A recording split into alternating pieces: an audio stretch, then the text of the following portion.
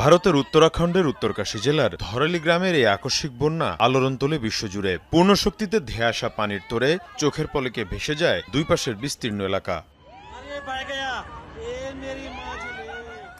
এরপর থেকে আলোচনা চলছে কেন হঠাৎ করেই এই ভয়ঙ্কর রূপ নিল ক্ষীরগঙ্গা নদী। গবেষকরা বলছেন এর পেছনে দায়ী মূলত ক্লাউড বার্স্ট বা মেঘের বিস্ফোরণ। প্রশ্ন উঠেছে ক্লাউড বার্স্ট বা মেঘের বিস্ফোরণ আসলে কি এবং কেন এটি হয়।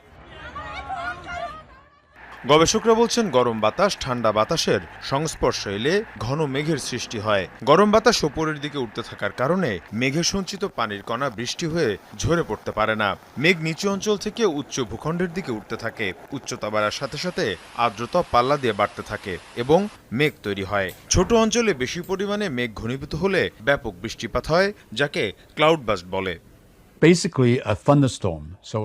মেঘের বিস্ফোরণ থেকে এই অতিবৃষ্টি হয়। এক্ষেত্রে খুব অল্প সময়ে অনেক বেশি পরিমাণ বৃষ্টি হতে থাকে। পাহাড়ি এলাকায় স্বল্প সময়ে যে বৃষ্টি হয় তাতেই আকস্মিক বন্যার সৃষ্টি হতে পারে। বিজ্ঞানীরা বলছেন নদীবেষ্টিত এলাকা যার আয়তন 10 কিলোমিটারের কম এমন স্থানে যখন 1 ঘন্টায় 10 সেন্টিমিটার বা তার বেশি বৃষ্টিপাত হয় তখন পরিস্থিতি ভয়ঙ্কর হয়ে উঠতে পারে। দেখা দেয় আকস্মিক বন্যা এবং ভূমিধস।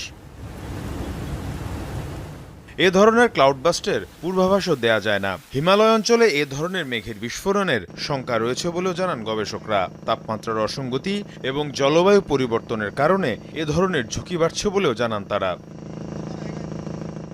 মীর মুশফিকা হাসান, যমুনা নিউজ।